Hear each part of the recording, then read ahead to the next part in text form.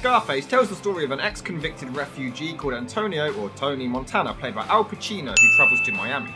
So where's your old man now? He dead. He died. Sometime. Somewhere. Mother? She dead too. I am completely alone. The movie came to fruition after Al Pacino saw the 1932 version of the film with the same name, causing him to contact his manager to possibly remake it. The original idea was to keep it set in the same time period, but due to the budget it just wouldn't be possible, and Sidney Lumet actually came on board to direct. Pacino's manager Martin Bregman, however, constantly had conflicts with the director. Lumet wanted the story to be more political, focusing on the current presidential administration causing the drug smuggling, but Bregman refused to go this route, which is when Brian De Palma came on to direct, dropping work on Flashdance to do so with Oliver Stone to write. However, originally the latter refused to do it as he hated the original film. However, it apparently only took 4 phone calls to convince him otherwise. My opinion has drastically changed. Ironically, Stone himself was actually battling a cocaine addiction in real life as he wrote the script, which helped him get into the right mindset he needed. Regardless, he actually flew to Paris, as far away from the cocaine as possible, to try to write the screenplay coherently. Originally, despite Pacino insisting on playing the lead role, Robert De Niro was first approached, but he turned it down. Christy McNichol auditioned for the part of Elvira but got turned down. Pacino wanted Glenn Close, but the producers refused, calling her not sexy enough. How rude! Others considered were Gina Davis, Carrie Fisher, Kelly McGillis, Sharon Stone, and Sigourney Weaver. And since Michelle Pfeiffer was still an unknown actress at the time, Pacino and De Palma both did not want her, but Bregman fought to get her cast. John Travolta actually met with Pacino several times about starring as Tony's best friend Manny, but it never materialized, and Edward James Olmos reportedly turned down an unknown role. Much like Pacino's other flick, The Godfather, filming had a few issues along the way. Pacino was actually severely injured when he grabbed the barrel of a gun which had been used to fire many blanks earlier, but it was still incredibly hot and it stuck to his hand. He was out of action for 2 weeks. Furthermore, many Cuban Americans objected to the production, not being satisfied with how they were being depicted, especially by non-Cuban American actors. It received a lot of backlash at first, Liza Minnelli even asking Pacino what he had done to leave the insiders subdued. It's worth noting that she had not even seen the film at this point, but Eddie Murphy claimed that he absolutely adored it. And as Pacino was mostly praised for his performance, it's worth noting that this hilarious moment where he puts on Elvira's hat when she isn't looking wasn't part of the script. Her reaction of holding back laughter is completely genuine, but Pfeiffer shows her true acting talent by remaining in character, and the conversation thereafter is mostly improvised. I was in that movie, Burn. You ever see it? You saw me with Marlon Brando? Hey, screw that guy. He stole my thunder in The Godfather, the piece of crap. Just shut up. I'm doing the talking here. Now, originally, the MPAA gave the film an X rating, which at the time was only really given to pornography films. This would damage the movie's success greatly, as so many cinemas would refuse to show a picture with such a rating. Because of this, De Palma made a lot of cuts and resubmitted, but again, the MPAA gave it an X rating for very petty reasons, like someone being shot too many times. The director made yet more cuts, submitted it a 3rd time, and yet again, another X rating was given. Understandably frustrated, De Palma refused to make any more cuts and demanded to meet with the MPAA, bringing an entire panel of experts and real narcotics officers who confirmed that the film was an accurate portrayal of real life in the underworld and it was an anti-drug film that should be widely seen. Finally, they agreed to give it an R rating, but De Palma still wasn't satisfied.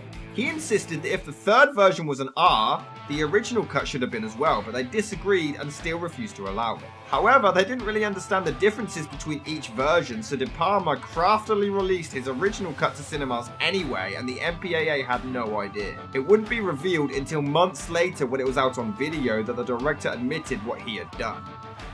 That's genius. This guy's my hero. I guess so. Cher loved it, Lucille Ball hated it for its strong language and graphic violence, Dustin Hoffman reportedly fell asleep during it, and writers Kurt Vonnegut and John Irving walked out in disgust after a certain chainsaw scene that we'll talk about later. At the premiere, filmmaker Martin Scorsese actually turned to Stephen Bauer, who played Manny, and said, "You guys are great, but be prepared because they're going to hate it in Hollywood because it's about them." But amazingly, believe it or not, Scarface was actually nominated for a goddamn Razzie for Worst Director. How? What you talking crazy for? And amazingly, it was this movie that actually blew up hip-hop music. Nas often compared himself to Tony Montana, Jay-Z often cited it. It inspired the amazing video game GTA Vice City, even being voiced by Goodfellas star Ray Liotta, and it even got its own video game in 2006. Although I don't think Scarface is as good as other gangster films I've covered in the past, like The Godfather or Goodfellas, it's definitely a damn good film, and honestly one of the best lead performances in history. Al Pacino continues to impress me, from the incredibly convincing Cuban accent to the intensity to the subtlety. Honestly, he's unbelievable in this. How'd you like it? They tell you all the time what to do, what to think, what to feel. Charlie Chaplin, is that you? Tell you what to do, what to think, and what to feel. The aforementioned chainsaw scene is awesome. His mate gets tied upside down and massacred, and it's horrific to see, but we don't even see anything. It's damn memorable and graphic, and will always stick with you. The cavalry break in for the rescue, and it's one of the most exciting sequences in the entire movie. It really is thrilling. The gore isn't overkill. It's well done and not too much, with Pacino killing in the middle of the road in front of everyone because America's gun laws work so gosh darn well. Much like watching a guy getting hanged from an airborne helicopter. Jesus Christ, that imagery is incredible. You know something about cocaine? It's a hell of a drug. Hello.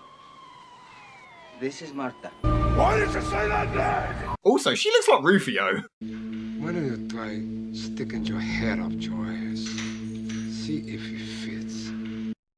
What is it with these awesome films having terrible comebacks? You're Al Pacino, for crying out loud! Go on, you stone. I'm not stoned. You're stoned. Even worse when he starts sounding like a 15-year-old kid trying to sound tough. The last time you're gonna see a bad guy like this again, let me tell you. Go on. Make way for the bad guy. There's a bad guy coming through. By the way, am I the only one who thinks this house looks amazing? Seriously, I want to live here. But I have to say, for a film with 90% of its acting being gold, does this guy just laugh at anything? The best time. What to do with all the fucking cash? I hope I have that problem someday. You're gonna have that problem, don't worry. Get that over here. You hungry? Hey, I could eat a horse. Okay, they're gonna cook you a horse. Hey Justin, check this out. And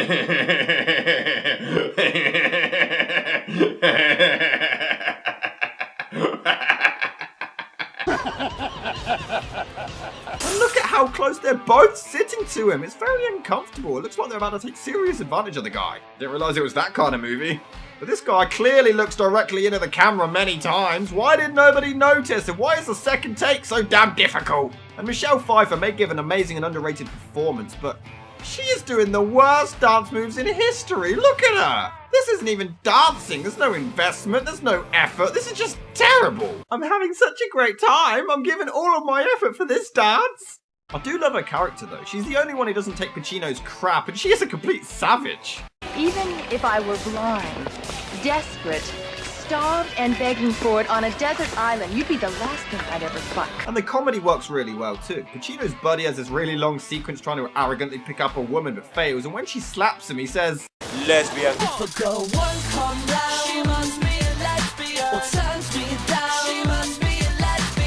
but the love story is completely warped. Al Pacino made stalking and harassing a woman cool way before Edward Cullen did it. And despite barely knowing each other, he literally says he needs her to be a success. With the right woman, there's no stopping me. I could go right to the top. He literally says that he owns her. I like you the first time, and then I say, she's a tiger. She belongs to me. And then he even proposes and mentions kids. What about Frank, Tom? She's not running away screaming at this point. What is going on? I don't give a shit. And then in the very next scene, despite stalking and harassing Pfeiffer, he loses it because his sister goes off with a guy. There's even dramatic music and close-ups as he watches them leave together. Yeah, only I'm allowed to stalk and get pussy. And then he slaps his sister anyway. He went to protect his sister. And then he slapped his sister. Hell, he even shows up at Pfeiffer's bedroom while she's sleeping and she's still not disturbed by this. And that is literally what transitions to them getting married. Jesus Christ, it's more of a rushed engagement than mine. But then, what a shocker, the marriage starts to fail. Can't you stop talking about money? It's boring, Tony. Where is this going from, man? Boring? What's boring? You're boring. I expected more excitement when I decided to marry my stalker. How dare you talk to me like that? I expected more manners from a creepy, harassing stalker. But at least Pacino actually has a realistic reaction to his best friend banging his sister, unlike Ron Weasley. But why does his sister have this really smug grin on her face, as if she's loving the fact that her brother just found out this way? It's like she has some sick pleasure, like she just did all of this just to upset him. So in a way, she's the reason the dude gets killed, the selfish cow. We got married just yesterday. Why does everyone in this film get married so quickly? We were gonna surprise you. Because you reacted so well the last time I got with a guy, let alone your best friend. Is this what you want, Tony?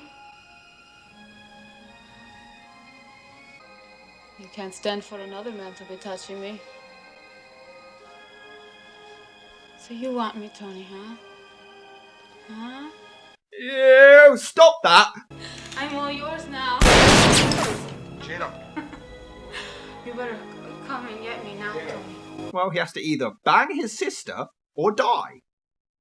It's a tough call. I buried those cockroaches. What they ever do for us? The aqueduct? What? The aqueduct? But look, despite his issues, at least Pacino still remembers to visit his mum and give her a grand. What a nice guy helping her out. Seriously, just seconds later, she calls him a worthless bum who she wishes wasn't her son. What an ungrateful cow. I do think the movie is far too long though. Despite how great it is, some scenes drag or go nowhere, grow tedious and don't really build on the story or characters. They're just there. The film is nearly 3 hours long and it didn't need to be. But the shootout scenes are amazing. So much is going on at once and the effects are so good. These save the film from being tedious and overly boring. It does grow dull at points, but then picks right back up with scenes like this. A man ain't got his word. It's a cockroach. Wait, what the hell is this? What? And this?